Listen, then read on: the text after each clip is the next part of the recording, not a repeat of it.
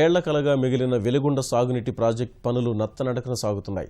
Project నిర్మాణ ప్రాంతంలో ముంపు గ్రామాలను తరలించడం, నిర్వాసితులకు సరైన సహాయ పునరావాస ప్యాకేజీ అమలు చేయడంలోనూ నిర్లక్ష్యం కనిపిస్తోంది. కాలనీలు కట్టిస్తామన్న ప్రభుత్వాల మాటలు నీటిమూటలుగా మారాయి. నిర్వాసితులు తీవ్ర అవస్థలు పడుతున్నారు.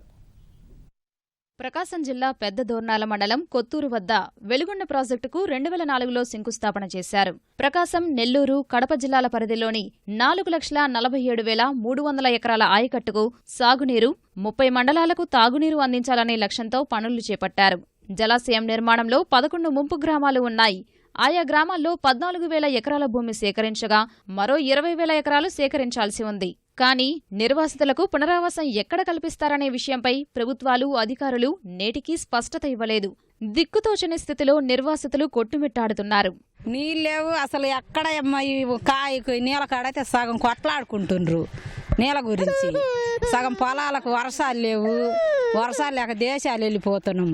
మా కాలనీ గబక్కిన వస్తే కాలనీకి వెళ్ళిపోతాం సార్. ఏమన్నా పాస్బుక్లు కూడా వాళ్ళకి సౌదర్యం అయినాయి. అవి మాకు కూడా ఏదైనా లోన్లు కూడా ఏమన్నా మాకు చేయటం లేదు. ఒక మందులు కావాలన్నా, ఒక ఇత్తనాలు కావాలన్నా అవి కూడా ఇవ్వడం లేదు మాకు. ముంపు గ్రామాల ప్రజలకు ఇడుపూరు, తోకపల్లి, గోగుల దిన్నె ప్రాంతాల్లో పునరావాస కాలనీలు ఏర్పాటు చేస్తామని చెప్పారు.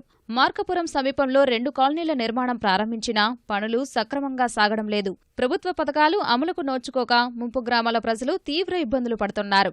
మాకు ఉపాధి లేదు సార్. అక్కడికి పోతే మాకు ఇల్లు కట్టియాలా, R&R ప్యాకేజ్ ఇవ్వాలా. 18 సంవత్సరాల పిల్లలు ఉండరు, వాళ్లకు ఇళ్ల స్థలాలు ప్యాకేజ్ ఇవ్వాలా. మామూలుగా ఏదైనా లోన్లు కావాలంటే లేదు. ఆ ఇల్లు అప్పుడు జీవతరైనాయి, డబ్బులు ఇచ్చినాయి, కూలిపోయినాయి. మా పని ఇట్లా కష్టంగా ఉంది. ప్రాజెక్టు శంకుస్థాపన సమయంలో ఇచ్చిన హామీలు అమలు చేయాలని ప్రజలు కోరుతున్నారు. ప్యాకేజీలను సక్రమంగా పంపిణీ చేసి కాలనీలు నిర్మించాలని సూచిస్తున్నారు. మాకు ఇంతవరకు ప్యాకేజీ కూడా లేదు సార్. మాకు అప్పుడు 2005లో ఇస్తామని చెప్పారు. ఇప్పుడు 23 సంవత్సరాలు సార్. నాకు ఎవరికే కానీ 23 సంవత్సరాలు ఉన్న 18 సంవత్సరాలు దాటిన వాళ్ళకి ఎవరికే కానీ ప్యాకేజ్ డబ్బులు రావడం లేదు సార్. చాలా ఇబ్బందిగా ఉంది సార్. ప్రభుత్వం తక్షణం ఈ ప్రాజెక్టును పూర్తి చేసి నిర్వాసిత గ్రామాలన్నీ కూడా వేరే చోటుకు తరలిస్తే తమ సమస్యకు కొంత పరిష్కారం లభిస్తుందని వీరు పేర్కొంటున్నారు. కెమెరామ్యాన్ శ్రీనివాస్తో రవికృష్ణ, ఈటీవీ న్యూస్, ప్రకాశం జిల్లా.